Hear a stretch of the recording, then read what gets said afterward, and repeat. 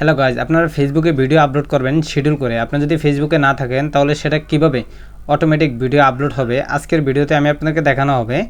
ভিডিওটি না টেনে সম্পূর্ণ ভিডিওটি দেখেন, তাহলে আপনি যদি অনলাইনে না থাকেন তাহলে আপনি শিডিউল করে ভিডিও আপলোড করতে পারবেন।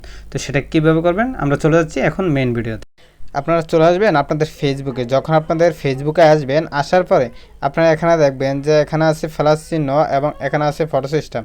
তো আপনারা দুই জায়গা থেকে ভিডিও আপলোড করতে পারেন। তো আপনারা এই জায়গাতে আমি যে ভিডিওটা আপলোড করবো সেই ভিডিওটা এখান থেকে নিয়ে নেওয়ার পরে এখানে আপনারা কিছু একটা লিখে দিবেন। আমি এই ভিডিওটা আপলোড করবো না, তার জন্য এখানে কিছু লেখে নেই। আপনারা কী করবেন, আবার নেক্সটের উপরে ক্লিক করবেন। যখন নেক্সটের উপরে ক্লিক করবেন, করার পরে এখানে কিছু হ্যাশট্যাগ দেওয়া লাগবে।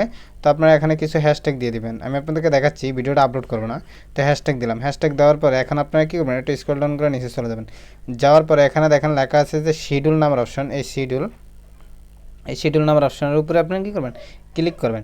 যখন আপনারা ক্লিক করবেন তখন এখানে দুইটা অপশন দেখতে পারবেন, একটা হলো পোস্ট নাও আর একটা হলো শিডিউল ফর লেটার। ঠিক আছে, আপনারা দ্বিতীয় নাম্বার অপশনটা ক্লিক করবেন। ক্লিক করার পর আপনারা কী করবেন, এখানে ওকের উপরে ক্লিক করবেন। যখন ওকে ক্লিক করবেন, করার পরে এখানে কী করবেন, আপনারা কয়টার দিকে ভিডিওটা আপলোড করবেন তো সেই কয়টা আপনারা এখানে সিলেক্ট করে দেবেন। ধরুন আমি 7টার দিকে ভিডিওটা আপলোড করবো, এই 7টার দিকে আমি সিলেক্ট করে দিলাম। 7:31 ভিডিওটা আপলোড করতে চাইলে ভিডিওটা 7:31 আপলোড হবে। তো আপনি কী করবেন, এখানে ওকে ক্লিক করবেন। যখন ওকে ক্লিক করবেন, একটা জিনিস লক্ষ্য করে দেখেছেন যে প্রথমে আসলে উপরটা ঠিক মানে এবং নিচেরটা। ঠিক আছে, তো যখন আপনার নিচেরটা আসবে, আসার পর আপনি কী করবেন, এখানে সেভ ক্লিক করবেন।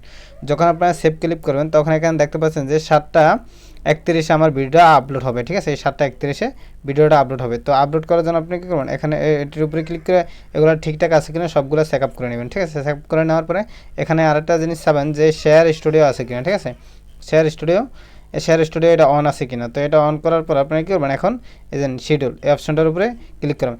যখন এই অপশনটার উপরে ক্লিক করবেন, ক্লিক করার পরে আপনারা দেখবেন আপনার ভিডিওটা আপলোড হয়ে গেছে। ঠিক আছে, আপলোড হয়ে গেছে। এই ভিডিওটা এখন কোথায় দেখবেন, ভিডিওটা দেখার জন্য আপনারা কী করবেন, আপনাদের এই লোগো এই চিহ্নটার উপরে ক্লিক করবেন।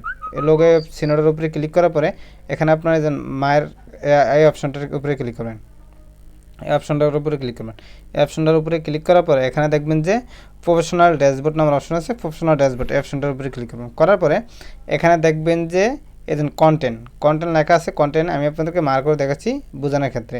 তো এই কন্টেন্টের উপরে ক্লিক করবেন। যখন কন্টেন্টের উপরে ক্লিক করবেন তখন উপর থেকে একটা রিলোড মারবেন। ঠিক আছে, উপর থেকে যখন রিলোড মারবেন, যেই ভিডিওটা আমি এখানে প্লে করছি বা যে ভিডিওটা আমি শিডিউল করছি সেই ভিডিওটা আমার এখানে শো হয়েছে। ঠিক আছে, ভিডিওটা আমার এখানে কী হয়েছে, শো হয়েছে যে এই 7:31 আমি ওখানে দেখেছি আপনাদেরকে 7:31।